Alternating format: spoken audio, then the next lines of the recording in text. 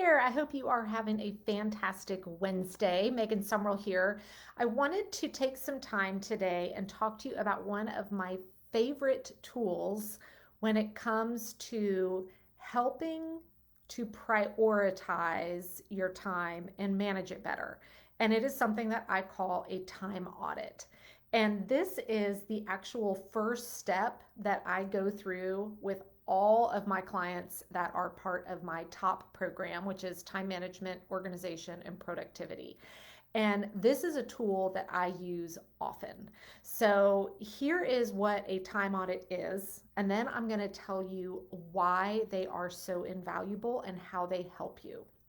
So, what you're going to do to run a time audit is simply this: pick a week in your life that is a fairly standard week, meaning don't do a time audit when you're on vacation or it's the week of 10,000 graduation parties or something like that. Pick a week that feels like, yeah, this is my usual crazy life week. And as you go about the course of your day, you are actually going to take note of what you're doing. And I've got a little template that I like to use. You can actually just use a spreadsheet, even just print out gridded paper, or just grab a notebook like this and put, starting at whatever time you wake up. So maybe you wake up at like 6 o'clock in the morning or something. You're going to put that there and write down to when you went to bed. Hey, Allie, good to see you. I'm looking forward to tonight. So once you've done that, as you are going about your day, you need to check in and write down what was happening during chunks of time. Now, this doesn't need to get down to like the minuscule level of like, hey, I went to the bathroom, obviously, but we're looking for those large chunks. So maybe you're noticing that from 7 to 9, you were in full on taking care of kids and family mode. Maybe from 9 to 10, you were at your desk for an hour, so on and so forth. Now, the key with these time audits, it's really interesting, and believe me, this happens to everybody, is sometimes you look down at your watch and you'll realize, oh my gosh, like it's 4:30 and I literally have no idea what just happened the last 2 hours. Last time I checked in, it was 2:30, now it's 4:30, and I I really don't even know what the heck I was just doing. You're gonna put a big question mark during that chunk of time. And you're actually going to run this time audit for an entire week. Now, for those of you watching this, I want you to think about, why would this be beneficial? Well, you can kind of relate it sort of to, if you've ever done you write down everything you eat, food log, where at the end of the week, sometimes you come back and realize, this is strictly hypothetical. This has never happened to me, of course, that like, oh, wow, maybe I went back 7 times a day and got that handful of peanut M&Ms. Maybe there's a problem. But the time audit is going to uncover two things for you. First, with all those, if you have a lot of question marks, that is a clear indicator that you are doing what I call context switching way too much. And that is a topic that is a whole concept by itself. But in a nutshell, what I mean when I talk about context switching is you're trying to wear two hats at the same time. You're being the mom who's helping with the homework, who's cooking the dinner, who's answering the business email. So what we're trying to do is avoid lots of question marks.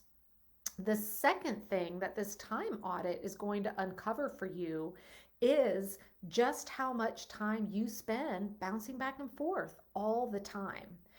And when you lay it out on paper and you take a look at how you typically spend the majority of your time in a week, it is 9 times out of 10 really eye-opening for you on areas where maybe you can start restructuring how you are planning your time to actually streamline things a little bit, right? Similar to my example of grabbing those M&Ms.